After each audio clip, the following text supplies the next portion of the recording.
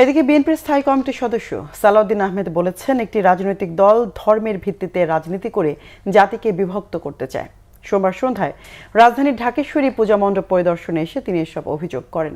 বলেন, বিগত ফ্যাসিবাদী সরকার সনাতন ধর্মাবলম্বীদের রাজনৈতিক হাতিয়ার হিসেবে ব্যবহার করেছে, কিন্তু বিএনপি বিভাজনের রাজনীতিতে বিশ্বাস করে না। বিএনপির নীতি ধর্ম যার যার, রাষ্ট্র সবার।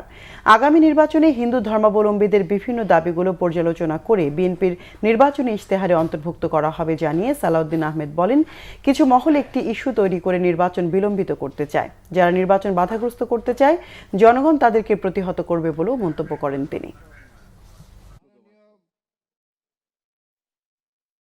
বিভিন্ন রকমের ইস্যু সৃষ্টি করে এই দেশে সামনে সুষ্ঠু এবং অংশগ্রহণমূলক নির্বাচনকে বাধাগ্রস্ত করতে চায়। আমরা আপনাদের সামনে স্পষ্ট একটা উচ্চারণ করি, বাংলাদেশে এখন নির্বাচনী আমেজ বিরাজ করছে। বাংলাদেশের মানুষ ভোটের প্রচারে নেমে গিয়েছে।